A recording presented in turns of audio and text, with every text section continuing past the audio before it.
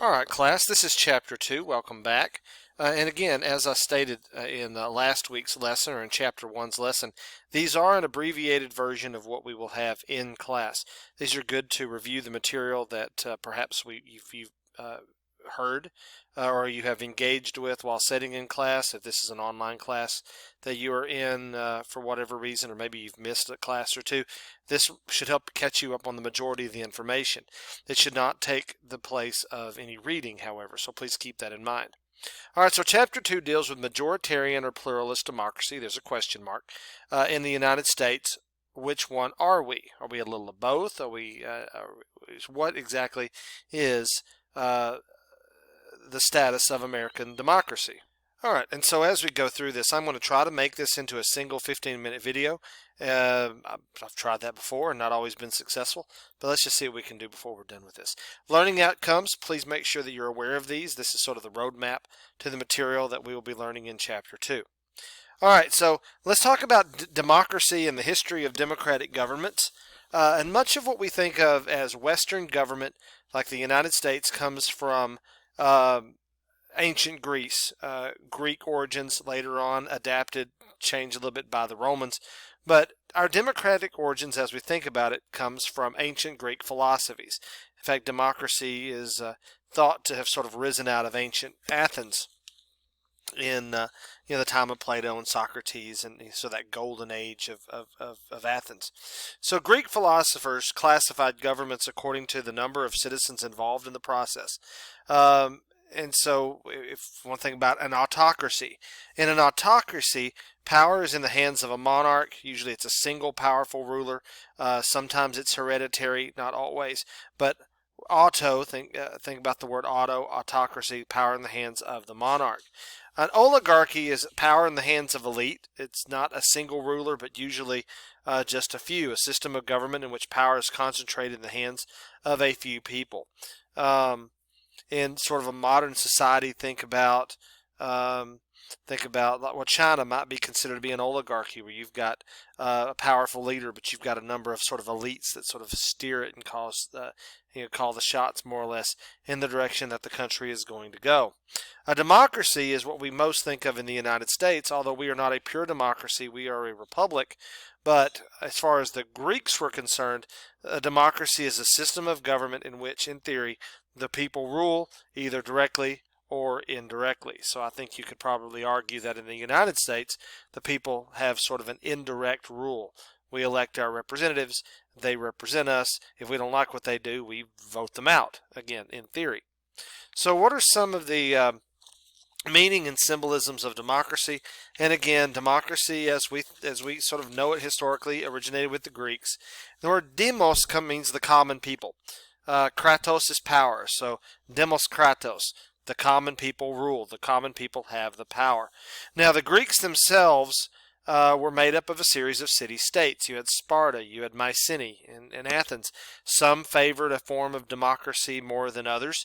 Others were more oligarchical. Some were more theocratic, and all those sort of terms that come out of ancient Greek if you really study the history of political science.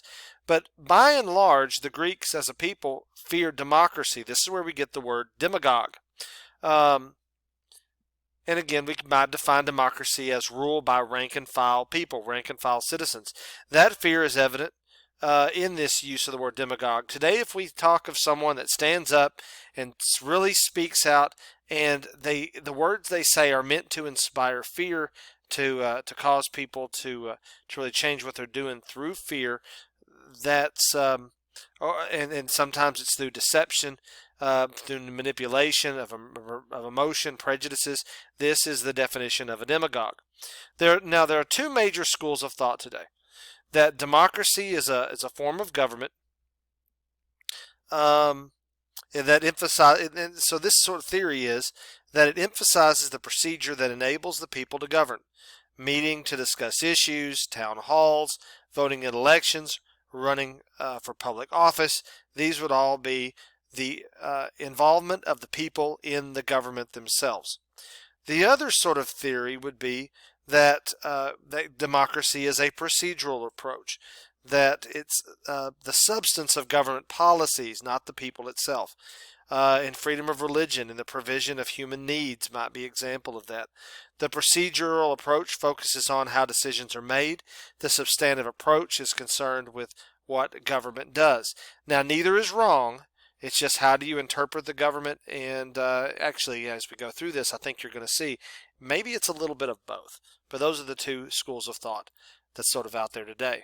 So let's look at the procedural view, and sort of that's that sort of second school of thought. Universal participation, I want to ask exactly what does that mean? Universal participation, who should participate in decision making? So think about the United States today. You have to be 18 years old to vote. Been that way since 1972, 73, with the that would be the 27th Amendment to the Constitution. 27th, yeah, 27th Amendment to the Constitution. At the earliest days in American history, landowners, those folks that paid taxes to the state, those are the only voters. White, male, and they were male. And so later on, we began to see that expand beyond landowners and then beyond just white individuals. So we saw white and black men begin to vote after the 15th Amendment. Women gained the right to vote with the 19th Amendment. So this has been tweaked over time.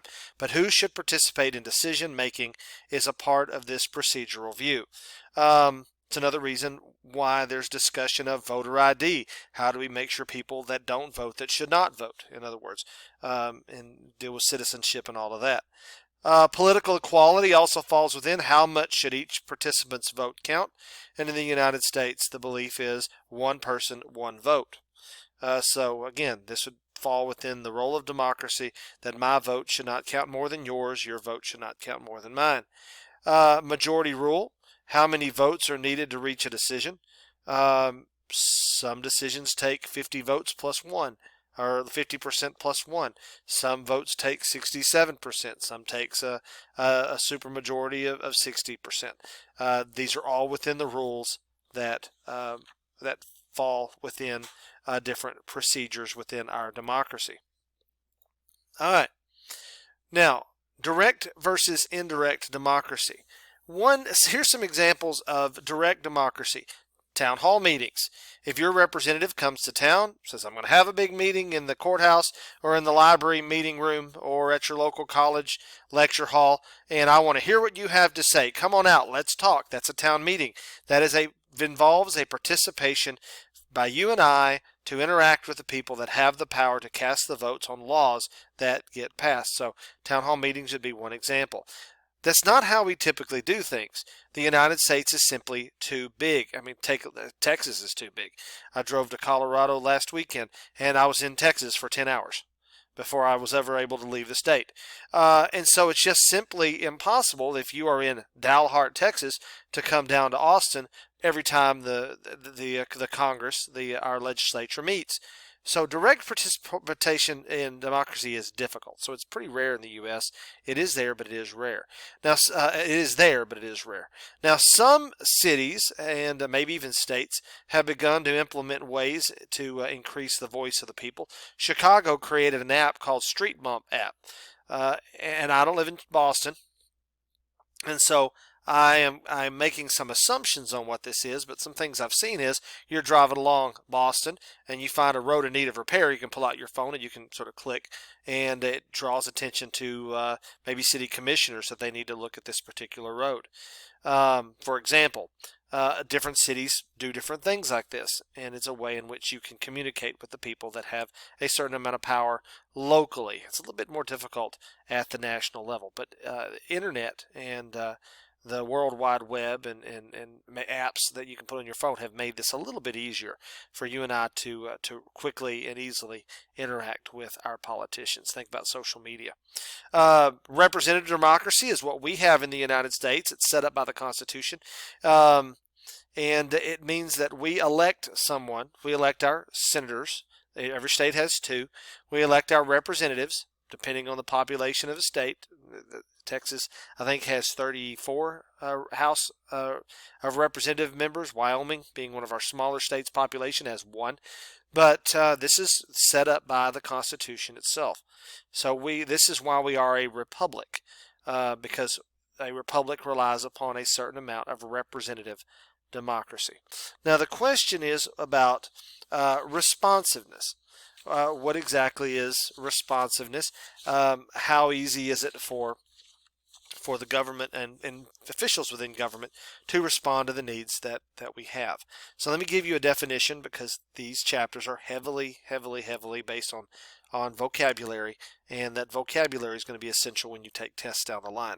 So responsiveness, in the political science terms, is a decision-making principle necessitated by representative government that implies that elected officials should do what the majority of people want. I've made my opinion. This is what I think ought to happen. Now, one voice isn't going to get it done. But if enough people sign petitions, enough people reach out, enough people call Senator Cornyn, call Senator Cruz, in my case, Representative Ron White, even in some case, reach out to the President of the United States and say what they want to have. There's a principle that they're going to try to meet those in what ways they can, especially if it means getting reelected in the next reelection cycle. So again, this is all sort of that direct versus indirect democracy. All right, there's that street bump at record my trip, my trips, whatever. So anyway, there's a screenshot of that app that Boston has put into place. Okay, there are 4 principles of universal, of procedural democracy, universal participation, that everyone that can participate should, or at least has that ability. That's you call it a responsibility in the United States. There's no law that says you have to vote. I know there's some people that don't, but it's your voice within the government to be able to. Universal participation, the allowance of anyone who can and should vote to do so.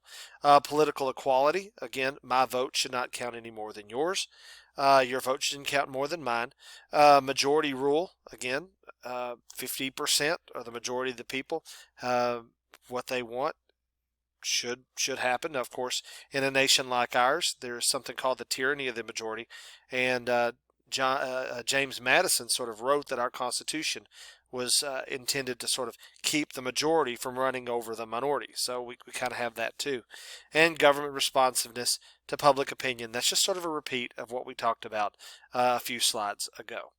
Now, the substantive view of democracy focuses on substance and not procedure. So it's not necessarily about what are the rules of the game, what are the outcome. The Bill of Rights and the amendments of the Constitution falls in line with a substantive view of democracy.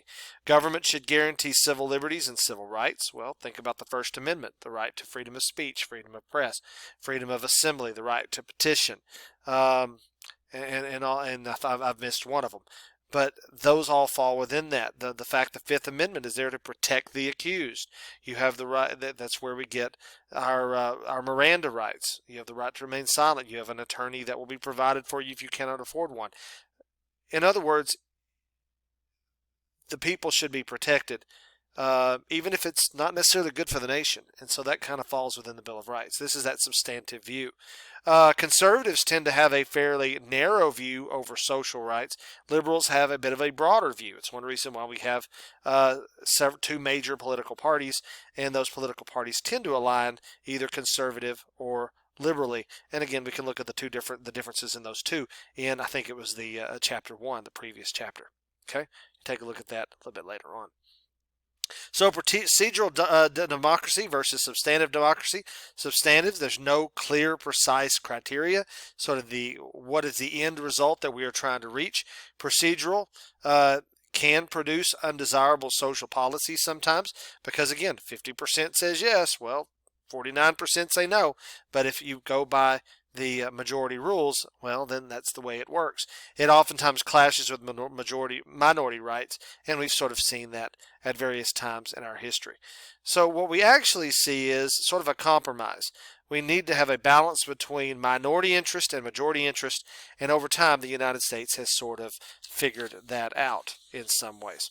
All right, guys, we're almost to 15 minutes, and that's where my limit is on these videos. We did not make it in a single video, but I will be launching a second one to complete this particular chapter. As you read, think about these concepts and reach out to me with any issues. Have a good day.